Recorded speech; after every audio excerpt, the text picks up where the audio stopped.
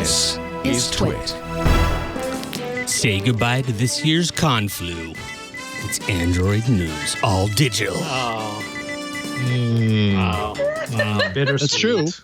It's true because every year you go to I feel like the word flu has different meaning now. Suddenly, I'm realizing. But every year you go to CES, and that would be the thing that everybody would complain about, right? Like, oh, I got back from CES and I'm so sick. I had a lot of fun, or I didn't have a lot of fun. But they're almost guaranteed always to come back sick.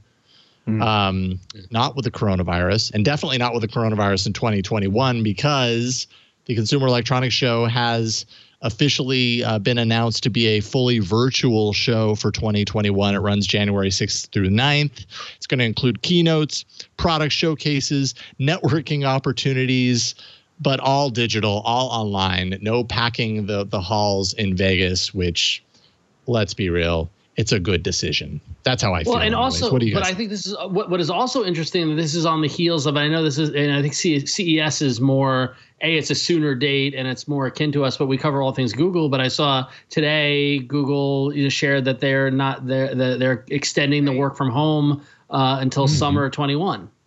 That's true. Right. So none of these are good news. I mean, it's sobering news. I mean, we all agree it's probably for the best and better safe than sorry. And I actually saw somebody, one of my friends on my Facebook feed was talking, and I guess somebody tweeted it or whatever, but saying, if you're curious how this whole coronavirus thing is actually going, look at the tech companies and look at the decisions that are going to be made. And if Google's not, saying not till summer 21, so I mean, CES.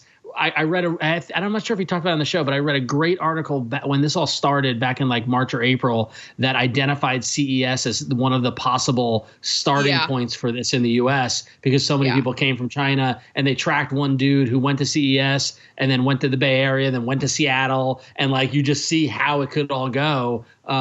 So it makes sense that they would do this. I don't know. I wasn't going anyway, so it's fine. Right, exactly. Yeah, I mean, we haven't been going for the last couple of years, or at least I haven't. So I don't think we had any plans of going to Vegas. I mean, just the idea of going to Vegas now, let alone like, 6, 7, 8 months from now, when I think of CES, I just think of the most packed of packed things that I ever really do in my life with any sort of regularity. Yeah. So that doesn't sound like a good idea to me. But for a freelancer like myself, CES was a very kind of important part of the job, because of the things that I budget for during the year. I only budget for a very, very small number of conferences compared to what I did when I was fully employed, just to say.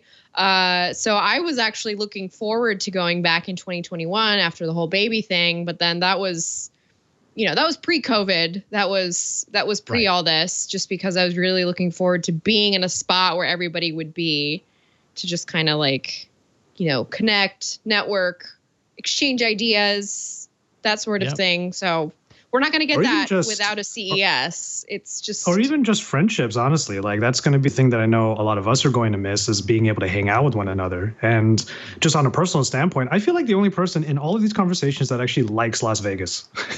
I love Las Vegas, but I'm already like bummed that I can't go. But it depends on the context. I love and hate. Well, I don't love Las Vegas, but I don't hate Las Vegas. I'm somewhere in the middle, and it depends on, like, I organized an event at one of the casinos and the hotels, and like that took years off my life. So like I literally I transferred planes in Vegas like a year and a half after the event I organized. It was the first time I was back, and as soon as the plane hit the runway, I started getting the shakes just by seeing the strip.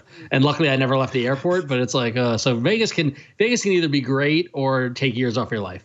So. Fair. Yeah. The last couple of years, I've created like these little events for our friend group, and I call it Family Meal. And we just go to a restaurant in Las Vegas once most, not all, but most of the work is done. And we all just have a meal together. And I'm just a little bit disappointed that we won't be able to do that this time around. Other than that, just having to buy all of our own food and drink during the digital CES, that's a bummer. Yeah, right. Are they gonna deliver hors d'oeuvres to our homes and give us samples of all the really bad tech at some of these events? These things that you're like, oh, wait a minute, somebody actually found like money to invest in this product. Okay.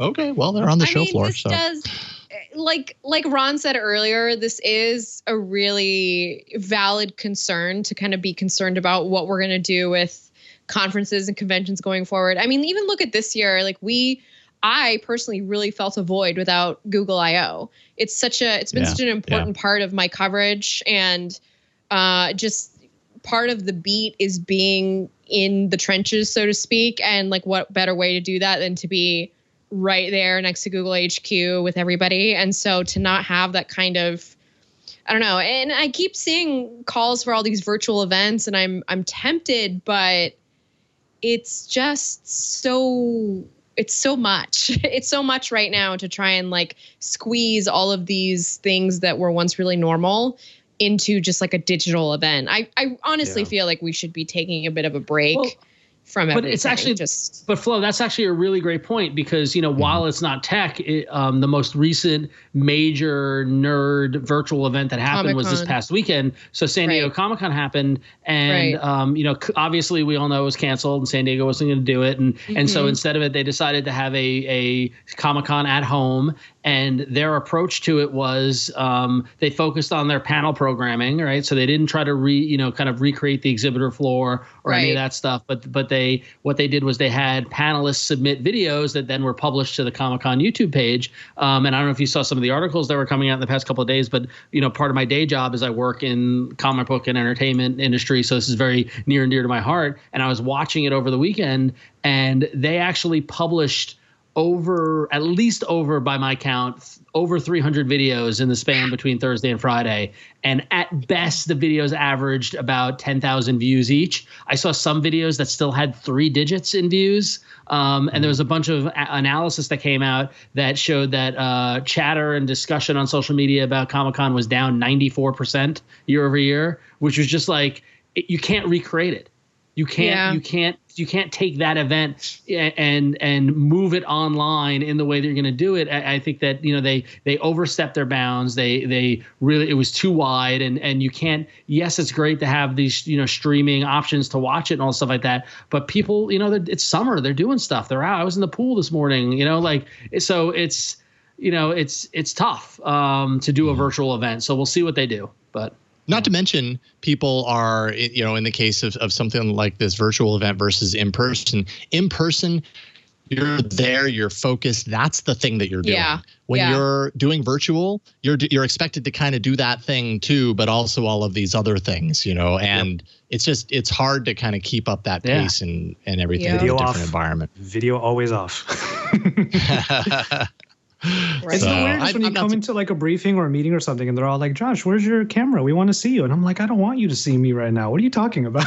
It is a really invasive thing to just kind of have like a camera on to a person who is usually a colleague, because at least when you're in those spaces, you're in a public like shared space versus this is my room. Like, I mean, I show it to you guys on the show every Tuesday, but it's a bit of a different thing to do that here in this space with what we're doing right now versus, hi, I'm Florence Ion, journalist, and I'm interested in learning more about your company and your product. It's, you know, it's a psychological thing. Totally. I mean, the good news is everybody's in the same position, so everybody kind of understands, but it is weird. And it's taken some time to get adjusted to that. I'll be curious to see how engaging and how, I don't know, how much of a copy of the real CES the digital version will be. Obviously, it's going to be nothing near it, but when you're talking about networking opportunities and everything, how are they going to actually offer an experience that even comes close to what you get when you're in Vegas? And no one really knows, but not surprised at all that they announced that. And let's be honest. Ron, you got the next one. Oh, sorry. Flo, be honest first. I was just going to say, let's be honest. We all breathe a slight sigh of relief that we get a bit of a break from. Yeah. Well, I got to say, I mean, it wasn't COVID related, but the first time I didn't have to go to CES, I was like, whew, that's fantastic. And I've never been back since. So